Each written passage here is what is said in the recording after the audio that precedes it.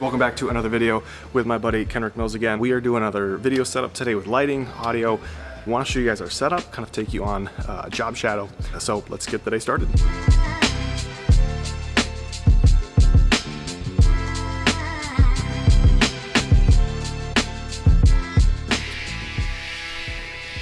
Be prepared for anything. I'm not sure what the height of everybody because we're going to be shooting like 8 different people. Some people will be tall, some people will be shorter. Usually what I want to do with my tripod is I'll usually unlock these bottom legs first because it's much harder to, change the height of this tripod if you don't have the bottom legs out first, because otherwise I'd be down here, I'd be, making my camera go sideways and stuff like that. Instead, I can do it from up here and raise it from here and lock it in. I can't do that as well with the bottom legs. So just a quick tip, if you're setting up your tripod and you're gonna be filming with different heights, I would probably do the bottom legs first and then make more adjustments from the top.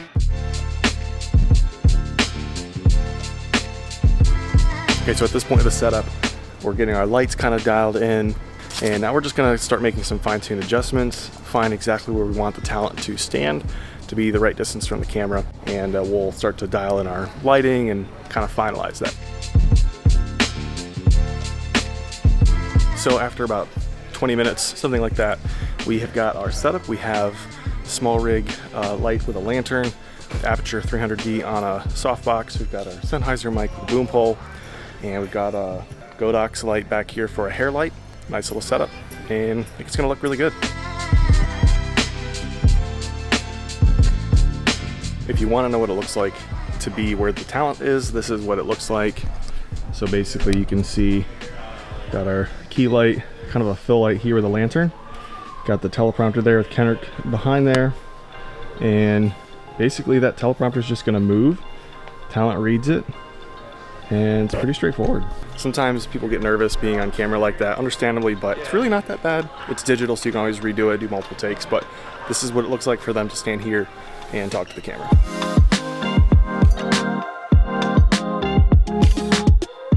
I got busy and didn't talk to you guys on location as much as I should have, so I'm going to fill in some of the gaps here. We filmed all of the talking head content using the Canon R5 with the Sigma 35mm 1.4 lens. That lens is just so sharp. That's Kenrick's baby.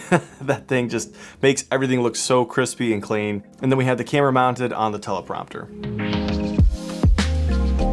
Something that I feel like isn't talked about enough is learning how to interact and work with your talent or your actors on camera. This is something that Kenrick does a really great job with, and learning how to interact with your talent, giving them helpful and instructive points on things they could do different, say things differently, stand differently. All of those things are going to matter in your finished product. So getting them to relax on camera, whether they're used to being on camera or not, is going to make a difference in how it looks because it does show on camera. The people we had on set that day were awesome, really easy to work with, and listened really well to anything we might need them to change, just so the final product could be as good as it could.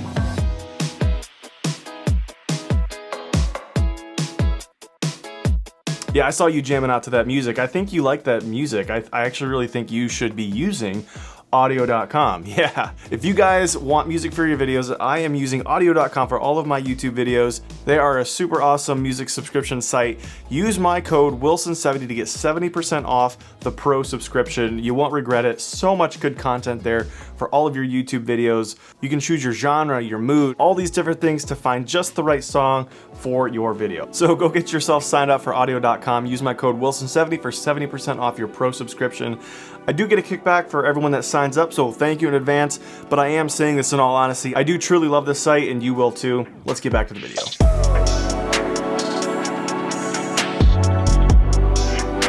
All right, so we got the first setup done, and now we are going to switch the setup a little bit and move up towards the front.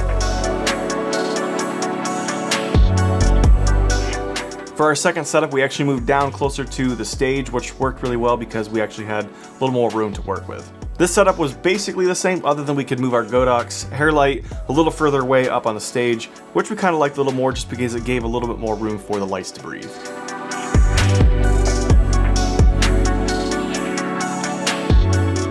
Something you guys should add to your kit if you haven't already is Gaf Tape. Doesn't leave glue or residue on stuff like duct tape does. I'll leave a link for some in the description. The reason you need this tape though is that when you're doing talking heads or interviews, make a box around their feet or a T, a mark on the floor that they can use as a reference point. That way they aren't drifting away as time goes on. Saves you a lot of time of telling your talent, oh, sorry, could you just move a little back to your left or your right? Keeps the shoot moving, helps simplify at least one more thing on set for you.